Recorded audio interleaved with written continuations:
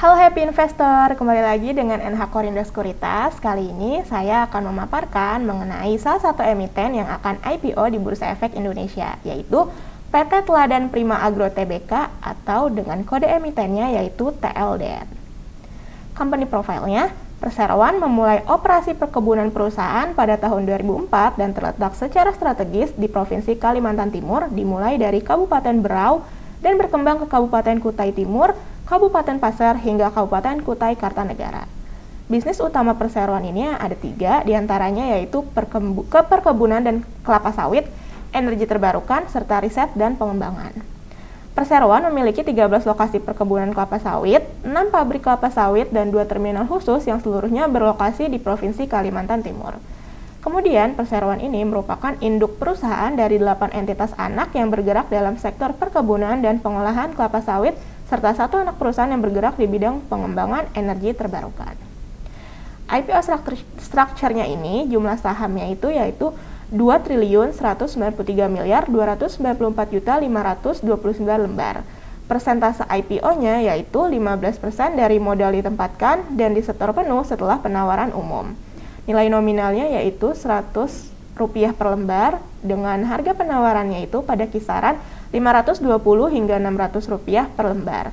Nilai IPO-nya yaitu Rp1.315.976.717.400. Dan penjamin emisinya itu pertama ada BNI Sekuritas dan kedua itu ada PT CIMB Niaga Sekuritas. Oke. Kemudian manajemen and employee stock option atau MESOP. Hak opsi yang akan didistribusikan kepada peserta program MESOP dapat digunakan untuk membeli saham baru yang akan dikeluarkan dari portefel dengan jumlah sebanyak-banyaknya 1% dari modal ditempatkan dan disetor penuh setelah penawaran umum saham perdana dalam waktu 5 tahun. Perseroan akan mengalokasikan sebanyak-banyaknya 146.219.635 saham baru. Tujuannya yaitu memberikan kesempatan kepada manajemen dan karyawan dalam bentuk reward jangka panjang atas kontribusinya kepada Perseroan. Harga pelaksanaan sekurang-kurangnya yaitu 90% dari rata-rata harga penutupan perdagangan saham Perseroan selama kurun waktu 25 hari bursa berturut-turut di pasar reguler sebelum tanggal permohonan pencatatan. Nah, di sini jadwal IPO-nya untuk perkiraan masa penawaran awal itu di tanggal 17 sampai 25 Maret 2022. Perkiraan tanggal efektif 31 Maret 2022, perkiraan masa penawaran umum 4 hingga 7 April 2022, perkiraan tanggal penjatahan 7 April 2022, perkiraan tanggal distribusi 8 April 2022, dan perkiraan tanggal pencatatan 11 April 2022. Nah, ini dana IPO ini akan digunakan untuk 69%, yaitu untuk Perseroan, digunakan untuk belanja modal, untuk akuisisi sebesar 23%, dan pembayaran dipercepat pokok hutang bank sebesar 46%. Kemudian 31%-nya digunakan perusahaan anak, antara lain kernel crushing plant, pembayaran dipercepat pokok hutang bank, dan biogas power plant. Oke, competitive advantages-nya itu pertama, kinerja operasional dan finansial yang terjaga. Perseroan mencatatkan tingkat produksi tandan buah segar yang kuat pada 21,4 ton per hektar di tahun 2020. Kemudian, penjualan crude palm oil meningkat hingga 314.000 ton pada akhir 2020 atau tumbuh 28% sejak tahun 2018. Pendapatan Perseroan tumbuh lebih dari 30% year on year menjadi senilai Rp2,71 triliun per 31 Desember 2020. Total aset grup Perseroan tumbuh 0,7% dalam 3 tahun terakhir. Kemudian, profil usia tanaman dengan tingkat ekstraksi yang tinggi. Total area tertanam mencapai 60.468 hektar per 30 September 2021, yang terdiri dari 89% tanaman berumur prima atau lebih dari 9 tahun, sementara sisanya 10% berumur muda berprospek panen 4 hingga 8 tahun. Kemudian, dominasi tanaman berumur prima mendukung tingkat produksi TBS tinggi pada 2020, yaitu 21,4 ton. Angka ini melampaui kompetitor yang rata-rata sebanyak 19,4 ton.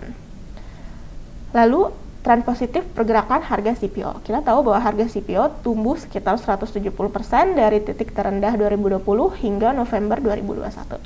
Kemudian yang terakhir yaitu fokus penerapan prinsip lingkungan, keberlanjutan usaha, dan tata kelola.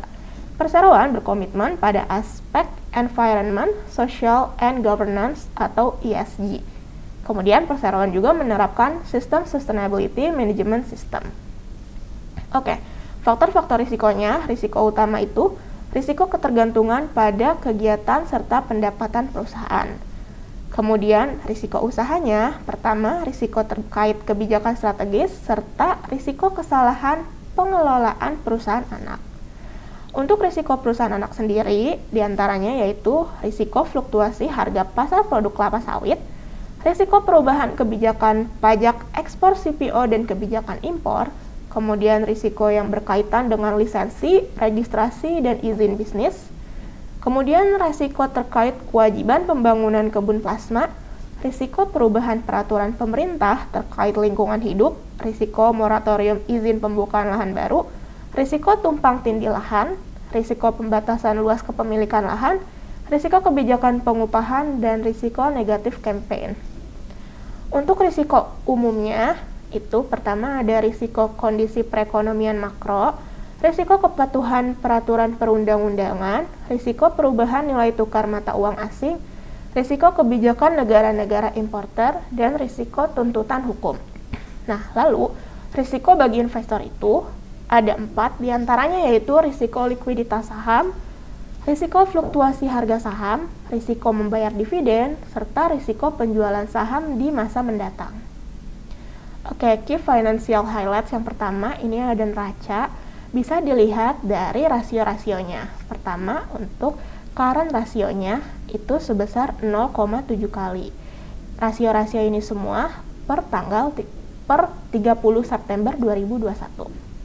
Kemudian ada liabilitas per aset sebesar 0,8 kali, liabilitas per equity yaitu 3,5 kali, interest coverage sebesar 3,4 kali, dan rasio DSCR yaitu sebesar 1,1 kali. Kita di sini juga bisa lihat dari total asetnya sendiri sampai total liabilitas dan total ekuitas. Oke, kemudian di sini ada laporan laba rugi, di mana rasio-rasio fundamentalnya sendiri per 30 September 2021 diantaranya ada gross profit margin sebesar 37,4%, net profit margin 13,2%, return on assets ya sebesar 5,5%, return on equity sebesar 24,7%, revenue growth sebesar 16,5%, dan net profit growth sebesar 971,8%. Oke, sekian paparan mengenai IPO TLDN ini. Terima kasih.